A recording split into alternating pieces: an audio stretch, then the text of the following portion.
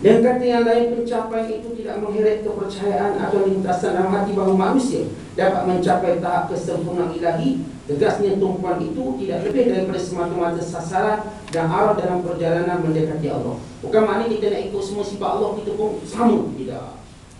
Tapi kita berusaha mendekatinya, menjejakinya. Walau tak sama saudara, menyerupainya sedikit sudah menjadikan kita berjaya.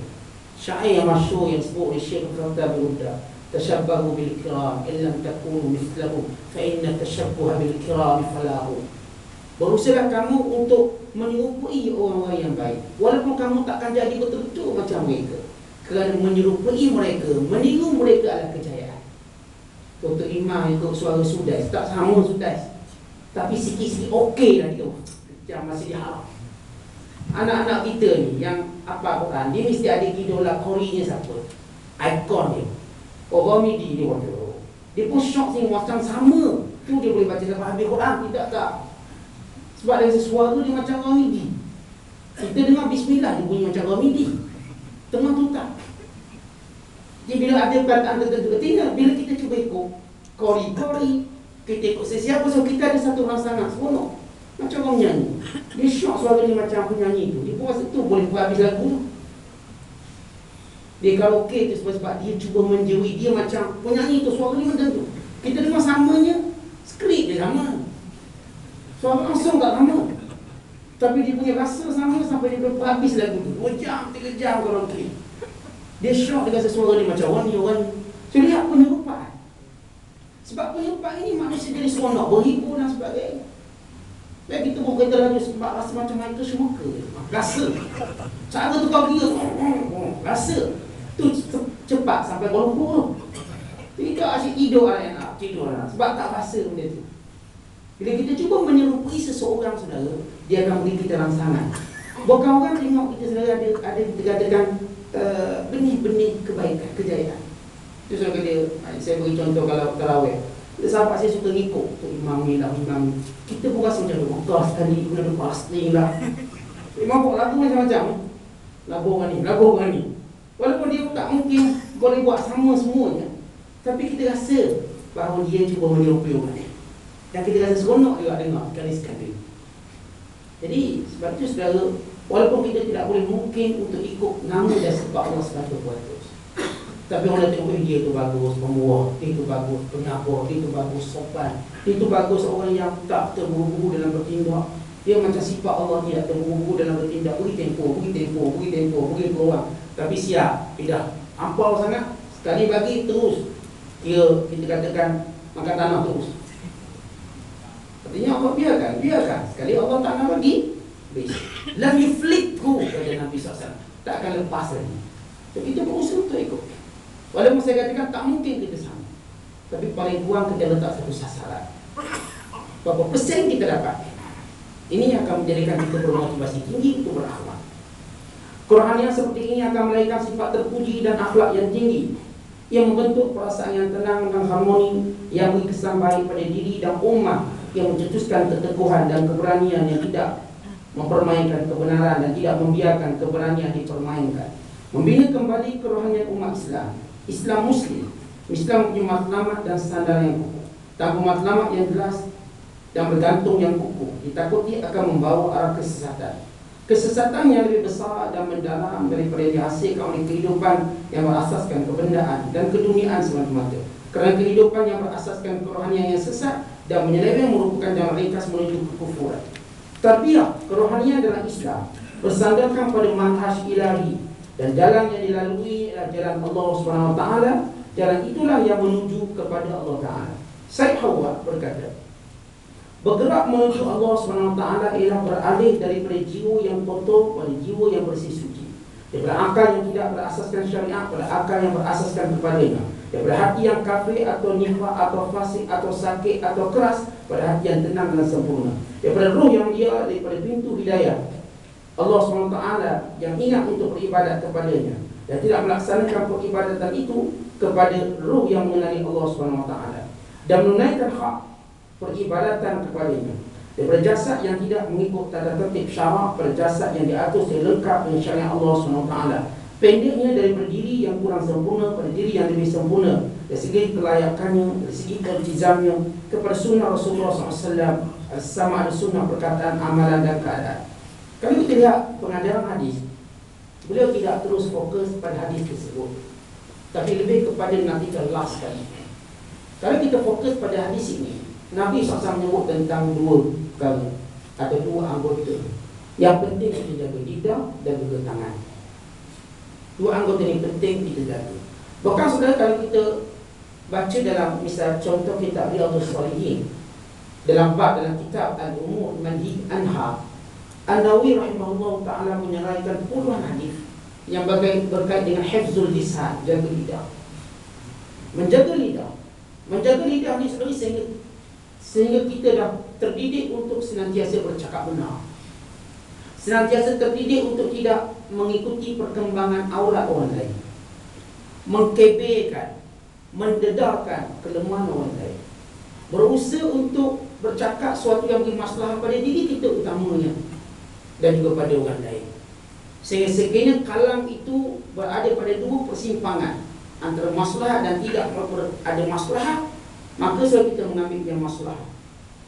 Yang masalah ada yang satu lagi, cuma taklah haram, cuma masalahnya tak banyak. Maka dia beri satu contoh, bagi satu contoh ulama. Apabila Luqman Hakim sedang duduk bersama Nabi Allah Daud AS, katakan Luqman Hakim ni saudara, dia hidup semenjak katakan zaman selepas zaman Nabi Musa AS. Itu pada zaman Nabi Allah, disempat dengan Nabi Allah Daud dan juga Nabi Allah Sulaiman, dan dia menjadi penasihat pada Nabi Allah Daud AS. Maka Luqman Hakim saudara, dia tengok Nabi Daud sedang ambil besi, dengan buat-buat macam tu. Luqman dia nak tanya, buat apa ni? Dia nak tanya. Aku dia fikir, daripada aku tanya baik aku tengok. Ya. Sebab dia tanya orang tu buat kerja, mungkin mengganggu dia. Baik kita tengok. Maka sesudah dilihat, dia buat baju besi rupanya. Kata Luqman, alhamdulillah aku tak tanya. Kalau aku dah tahu dia buat baju besi sekarang, kalau aku tanya membazirnya, aku tanya dia. Sampai peringkat ini. Kalau itu Imam Nawawi bawa satu ayat. Ayat ini menggerungkan bagi orang takut Allah. Ma yalfizu min qawlin illa ladayhi raqibun atid. Tidaklah kita menuturkan satu perkataan melainkan akan ditulis oleh raqib dan atid. Hatta kalau kita senyum pun raqib tulis. Senyum kena apa? Senyum kerana baik raqib tulis, tak baik atid tulis. Kita senyum sebab orang tu jatuh panggil kita senyum. Itu senyum tak baik. Bukan senyum sedekah. Itu senyum pelik. Kalau tengok je ketawa kita. Saya masih ingat bila saya kena kursus di satu hotel. Hotel tu sudah dia punya kolam dia tingkat 26, dan ST hotel. Kita pun lah dah habis dah nanda kertas budak kursus, budak-budak staff ni menanda staff. Dululah saya menanda staff, jadi tinggal agama Malaysia. Kita pun buatlah penutup atas kali tingkat 26. Kolam tengah. Saya dah survey siang hari, ada kolam. Ada kolam. Tapi yang ini baru naik kali pertama, dia tak nampak kolam tu. Bersusung lauk pauk. Ada seorang hamba Allah, dia pun ambil ikan, dia berjalan straight ke kolam tu.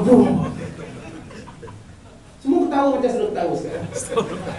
Dan malaikat tulis, kenapa sudah ketawa? Itu berat, nampak biasa je. Kita ketawa kerana orang tu jatuh dalam kolam, sedangkan dia sendiri kadang-kadang ketawa. Rasa malu, rasa mengang, segala-galanya ada. Ada orang tu masih simpati. Ada orang ada rasa marah sebab kenapa ketawa dia tu? Macam saudara ketawa tadi, kan sama tu. Kalau saudara duduk kat saya masuk kita paling kuat tahu. Artinya ketawa tu malaikat akan tulis. Kenapa orang jatuh depan awak? Patutnya saya, Syekh, anda okey ke? Baik ke? Ada apa-apa tak? Tapi kita boleh ketawa dengan musibah. Sebab itu kata Nabi SAW satu hadis yang menakutkan juga kita.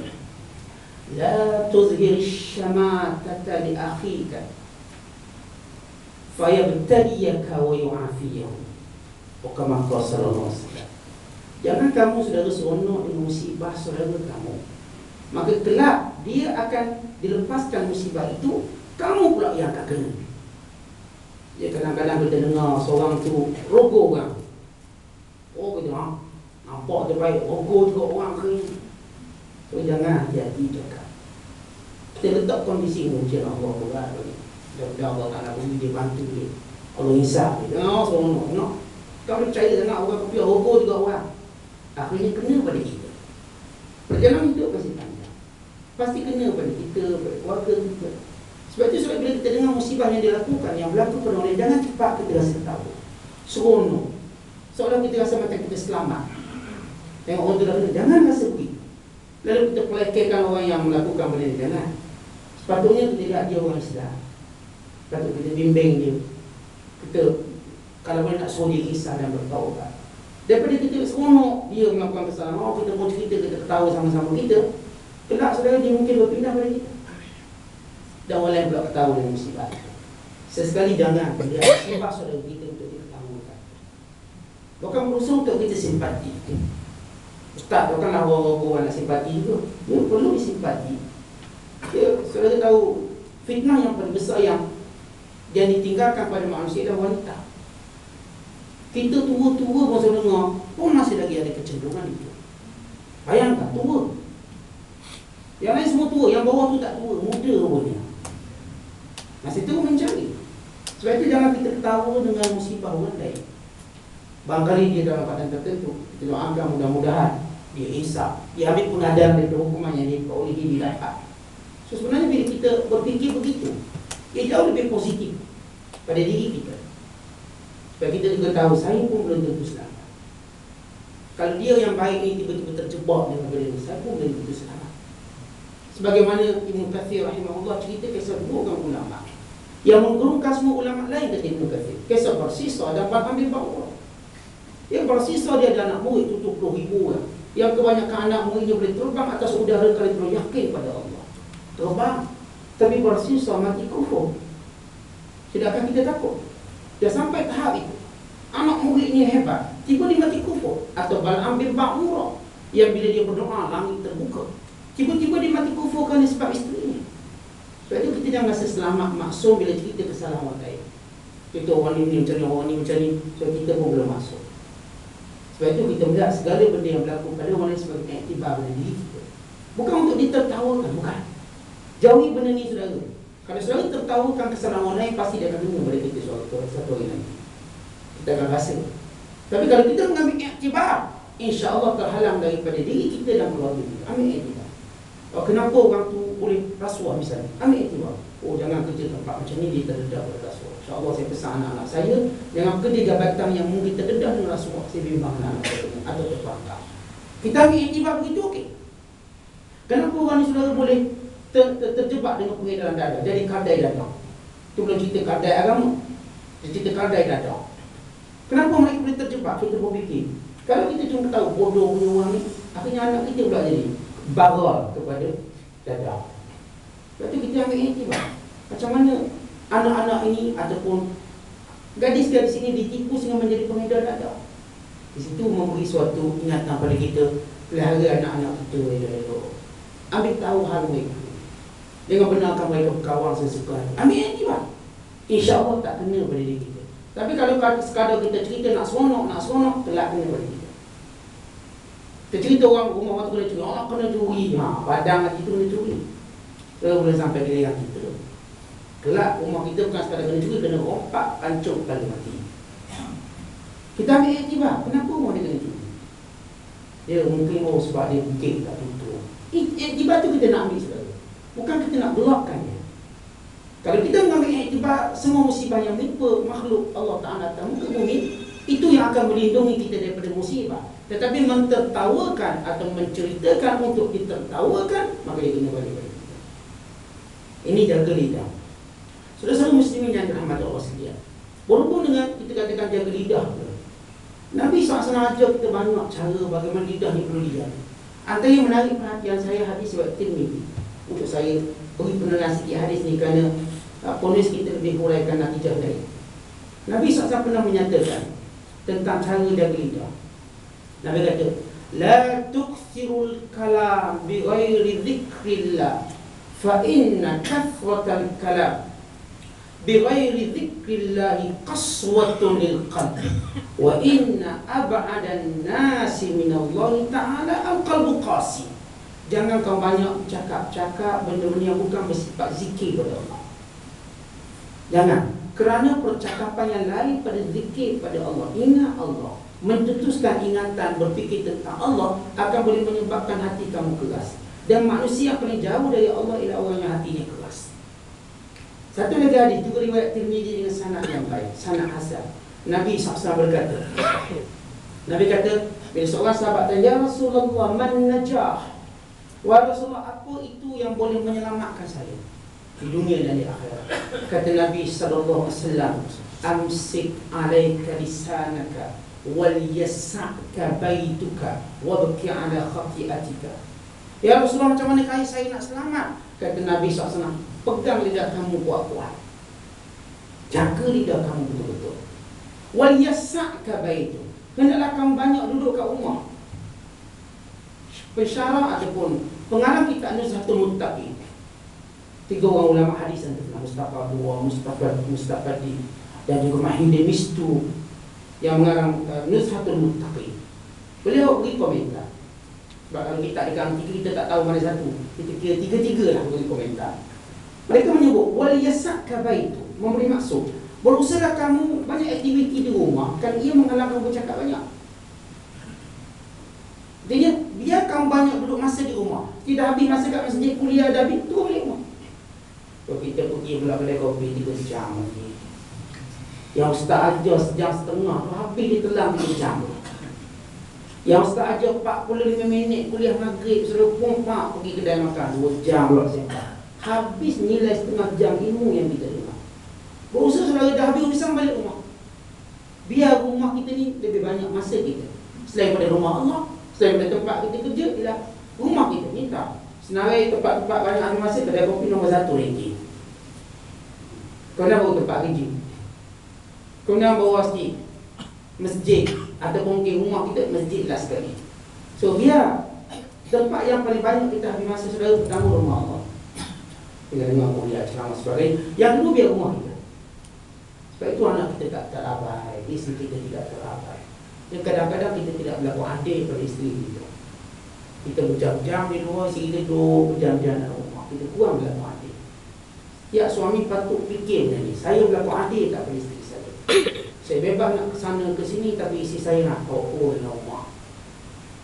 Sehingga dia diharamkan mendengar kalam kita atau melihat wajah kita. Melainkan wajah dah tidur dah baru dapat tengok. Maka perkara seperti ini saudara patut kita kisah. Sebab itu kata Nabi wali yasaka baitu. Biar rumah kamu banyak masa kamu di situ. Bahkan saya lihat saranan Nabi SAW supaya kita memperbanyakkan ibadat-ibadat di rumah. Bukan sekadar nak tunjukkan perlu buat ibadat di rumah, supaya rumah jangan dianggap tempat tidur, tempat makan, tempat tengok TV, tempat berhibur. Juga dilihat bahawa ruang mengasihi Allah juga ada di rumah. Tapi sebenarnya untuk supaya kita punya masih ada beda dengan isteri dan anak. Supaya anak-anak kita tengok contoh kita sembahyang, contoh kita baca Quran. Saudara ada anak bawah, ketika bawah 7-8 tahun. So ambil Quran baca pakai ikut ini, dia pun ambil juga. Walaupun dia ambil tu komen dia, buat baca Quran juga. Ikut. Ikut apa kita buat? Kita sembahyang, dia pun pergi diri sembahyang. Walaupun dia pakai seluar pendek, walaupun dia menghadap Baitul Maqdis. Kita menghadap Baitul Haram, menghadap Baitul Maqdis. Sebenarnya kita mengajar sesuatu. Kita angkat tangan doa, dia pun angkat tangan doa. Kerana saya tanya seorang budak, dia berdoa dia. Ditunjuk terima macam ni pun. Terima pun macam ni. Dia mula gini. Mungkin lama, dia pun rasa lama dalam rumah. Budak tu saya tengok, tengok budak tu. Ini, saya tergolong. Ni, tunjuk terima. Kalau lah kita. Sebab terima kuasa besar. Dia pimpin kita. Saya nak cerita budak-budak ni pun. Dia sebenarnya kalau Nabi SAW suruh kita buat banyak ibadat sunat di rumah, bukan sekadar ibadat. Saya tidak melihat sekadar ibadat, tetapi melihat contoh tauladan yang kita kepada anak-anak kita, yang kita tunjukkan pada isteri kita. Bukan sebab kita dapat bersama isteri kita beribadat. Bukan Nabi SAW menyatakan rahimallahu rajulan qama bil-laili wa ayqaza ahlahu fa in abad rasya fi wajhiha bil ma' atau kama qala sallallahu. Allah merahmati seorang suami yang dia bangun malam, kemudian dia membangunkan isterinya. Kalau isterinya enggan, dia rentiskan air pada wajahnya. Dia nak tunjuk kebersamaan. dan beribadat, supaya kita ada banyak masa dengan isteri dan anak-anak kita.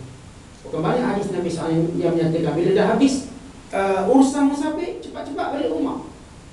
Nabi tak kata cepat-cepat balik kedai kopi, cepat-cepat balik rumah. So, selesai urusan kat Kuala Lumpur misalnya, selesai urusan kat Kuala Lumpur, dah selesai, balik rumah. Yang pertama saya pergi rumah. Itu patut saudara buat. Biar orang pertama menatap wajah saudara, ialah isteri saudara, anak-anak. Dia merindu setiap detik kita bermusafir. Biar pertama tengok kita siapa? Tokek kedai tengok muka dia pertama. Dia tak rindu pun kita saudara, dia cuma bayar, hutang pun dah bayar. Dia cuma merindu kita menguntungkan dia, tapi anak-anak kita. Ini yang kita katakan beberapa kesilapan dalam rumah tangga kita, yang saya katakan berkait dengan lidah dan berkait dengan tangan pula. Sebab banyak hadis Nabi SAW yang merujuk kepada penting kita menjaga tangan, jangan memberi mudarat pada orang lain. Antara hadis muflis yang kita belajar minggu lepas, orang yang syatama hadha wa daraba hadha, dia ada puasa, dia ada segala ibadat, tapi sebab dipukul orang tu, dia ambil puasa dia ambil ibadat dia, beri pada orang ni. So jangan senang-senang pukul orang.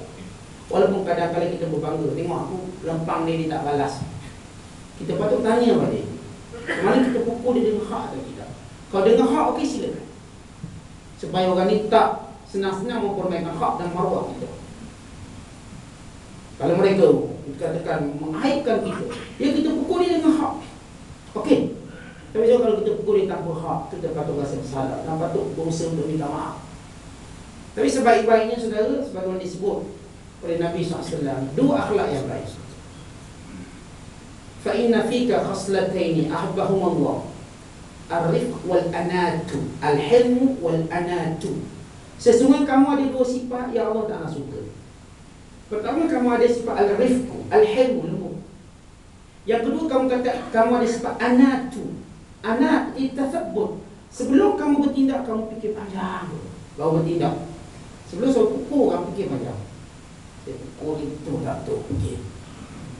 Jangan saya kira tangan terangkat itu, pukul terangkat. Jangan. Itu tak tindak kasih. Kalau betul saya tidak akan bisa begitu buat. Bukan kita melakukan perkara yang benar. Ini tangan. Biar tangan kita saudara, dia memukul dengan hak. Kalau tak pukul dengan hak, macam saya sebut tadi, hadis tentang muflis. Sebab kita pukul orang, akhirat dia pun dakwa, dia ambil puasa kita, dia ambil haji kita, dia ambil semua benda. Kita duk haji habis 60,000 ikut package, dah dapat mabrur dah, alhamdulillah. Tiba haji kita dapat kat dia sebab kita pukul dia. Dia tak payah keluar, dia dapat haji kita yang bersifat pahala. Sebab itu apa pun kita nak buat dengan tangan. Dan saya katakan bukan sekadar tangan zahir, termasuk tangan batin yang kuasa. Kita manager, kita majikan, kita apa pun, kita ada kuasa.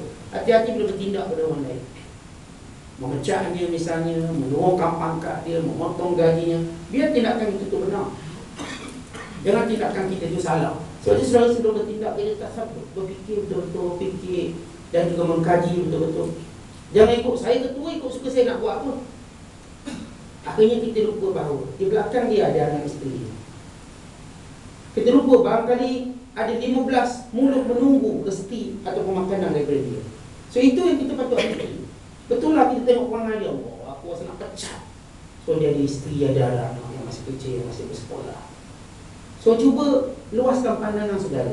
Daripada tengok muka dia yang kita benci ni, tengok ke belakang, isterinya yang baik, anak-anaknya yang kelaparan, yang mungkin menunggu duit ayah, nafkah ayah. Tiba-tiba kita lupa, kita benci seorang ni, kita zalim 7 orang, 8 orang. Sebab itu sudah lihat hukum jenayah dalam Islam. Yang hari ini, apa yang berlaku dalam undang-undang jenayah dalam mana-mana negara, mereka tak fikir bahawa isteri yang ditinggalkan dan anak-anak yang ada. Islam fikir benda itu saudara. Islam yang nak tangkap seorang ni fikir isterinya dan anak-anaknya. Siapa yang akan menjaga? Bukan sekali kita nak hukum, okey, bunuh. Isteri ni siapa yang akan jaga? Ya, akhirnya anak-anaknya mengikut jejak langkah ayah dia. Kerana mereka tidak dibela. Kadang-kadang orang dituduh bertahun dalam penjara. Siapa nak beri makan isteri dan anak-anak? Semua perkara ini dia ambil kira, dilihat. Sebab itu dalam Islam, hukuman penjara ialah hukuman yang tak ada tempat. Seorang mencuri, potong tangan, dah pergi keluar, cari rezeki balik. Kamu ada satu lagi tangan untuk cari rezeki. Itu cukup je pengajaran pada kamu. Islam tak suruh, potong tangan kena penjara 7 tahun. Kadang-kadang orang yang bodoh dengan undang-undang, dia melihat bahawa potong tangan zalim.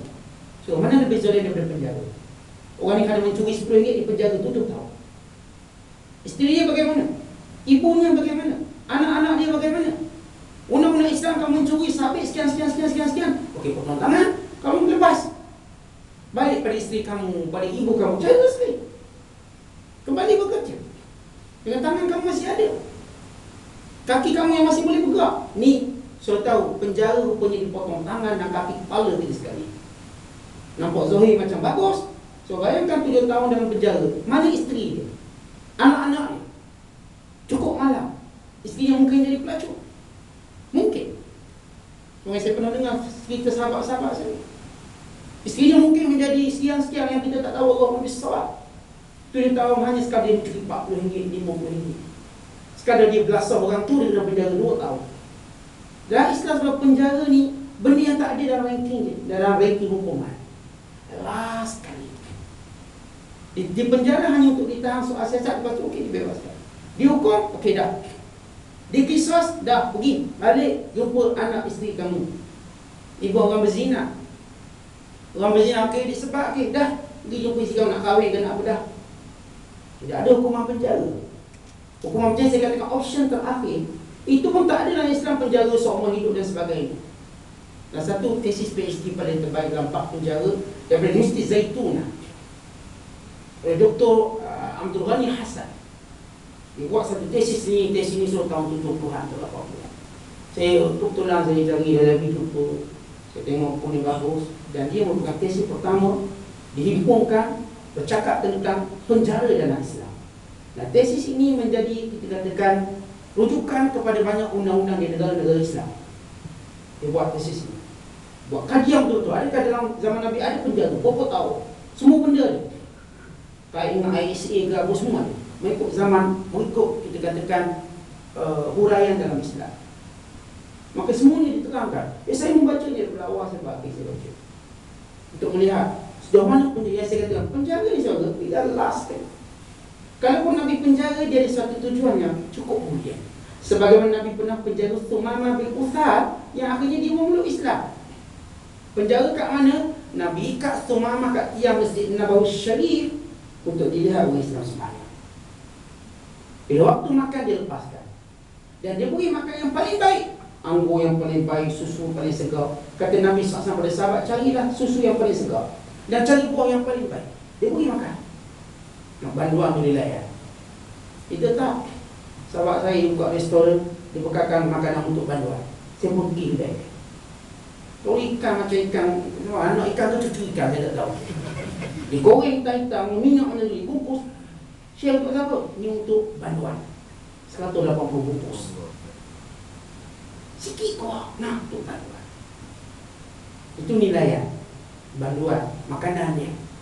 Kita taklah minta banduan makan nasi biryani ke, nanti semua masuk penjara belaka. Saya pun nak masuk.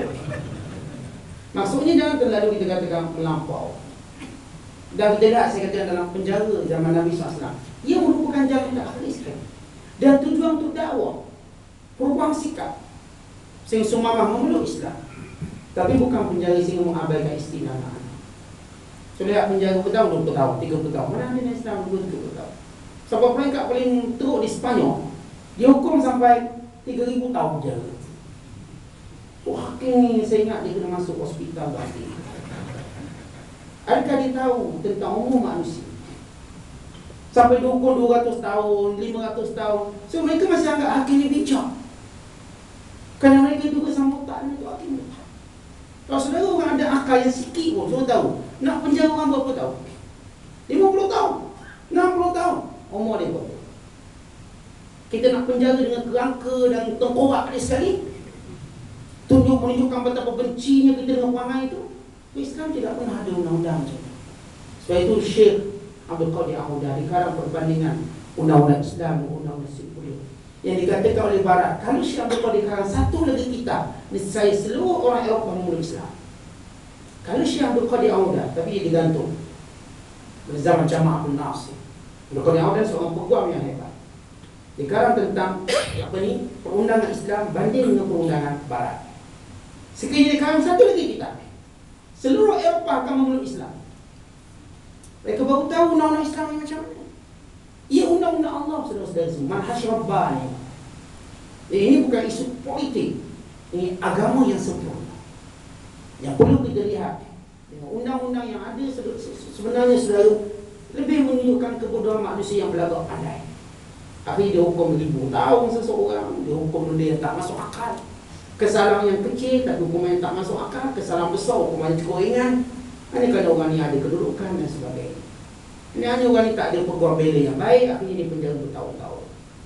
Yang mencuri RM2 dia mencuri 7,000, 30, 40 juta sama penjara 7 tahun. Adakah benar undang-undang seperti ini masuk akal? Ini yang kita katakan bila kita bercerita tentang kuasa, tidak memberi mudarat di luar daripada apa yang ditetapkan dalam Islam. Tidak kita dianggap memberi kesan ataupun menggunakan tangan kita, kuasa kita menyakitkan orang Islam. Walaupun mereka salah, mereka hanya buat apa yang mereka buat salah, tapi bukan lebih betul. Lebih betul tak? Berarti bila orang tu mencuri potong tangan, hanya patut potong tangan. Lebih betul tak? Maki hamu jangan. Hukumannya hanya potong tangan, bukan maki hamu. Yang potong tangan tak boleh. Sewaktu sekian maki hamu sebelum potong tangan, tak boleh. Yang kita tahu tentang hadis Bukhari Muslim, perempuan yang direjam kerana zina. Ada seorang lelaki yang rejam cuba untuk maki. Nabi kata jangan. Kerja kamu baling je, itu je. Maki jangan. Itu hukuman dia. Dan dia sudah bertaubat. Dan taubat kalau diakhirkan pada 70 penduduk Madinah sudah cukup. Bahkan Nabi jadi imam untuk solat jenazah. Nabi jadi imam saudara. Nabi tak akan jadi imam pada ahli neraka. So kena ingat ini. Nabi jadi imam kepada wanita yang berzina dan dihisap. Nabi ajar kita hukumannya hanya baling je. Tapi kita tambah pula maki hamu. Undang-undang satu. Undang-undang kita apa nafsu kita. Islam ajar kalau orang dosa dihukum, tapi kita tak maki hamu. Kerana kita tahu ruang taubat cukup luas. Hukuman ini sekadar untuk pengajaran bagi dia dan orang lain.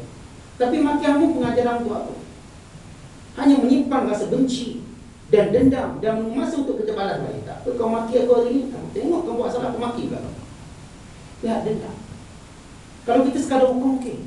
Kalau seorang cikgu display dia otak budak, dia tak maki hamu budak, cuba otak budak tu tak dendam kat dia. Kalau maki hamu ni mak pun serupa ni, bapak pun serupa. Sebelum dia otak, dia tak pukul hati budak tu sebelum dia pukul bontok budak tu. Budak tu cukup berdendam. Kau setakat kita otak, budak tu tak berdendam. Habis kita sebut segala keturunan ni, awak ni keturunan Huja'al. Habis kita tak maki dia, so dia ingat sampai ke besar. So nak pukul dia salah, okey, maki jangan. Sama juga anak-anak kita, so nak pukul atas kesalahan dia, okey, maki jangan. Maki tak ada tempat dalam Islam. Bukan ia akan, saya katakan, menyimpan dendam. Ada ramai anak-anak dendam raya, dendam ke ibu. Ya, kita masa jadi ayah, masa power, kita tak lupa. Kita jangan lupa masa kita lemah, masa kita rebah. Anak-anak kita macam-macam cara dia bertindak. Cukuplah dihukum kita, dia tak balik raya. Dah sengsara dah kita. Tak balik raya je, sibuk. Dah sengsara dah kita. Kenapa anak seorang? Sengsara kita. Kita belum cerita kalau dibalas dengan perkataan. Sebab itu saudara, hukuman dalam Islam hebat. Dia tidak pergi kepada maki hamu. Hukum dah lepas. Mereka bertaubat, mereka boleh cari rezeki balik, pulang kepada pangkuan keluarga. Ini makna tak beri mudarat dengan kuasa dan tangan. Baik, kita pergi pada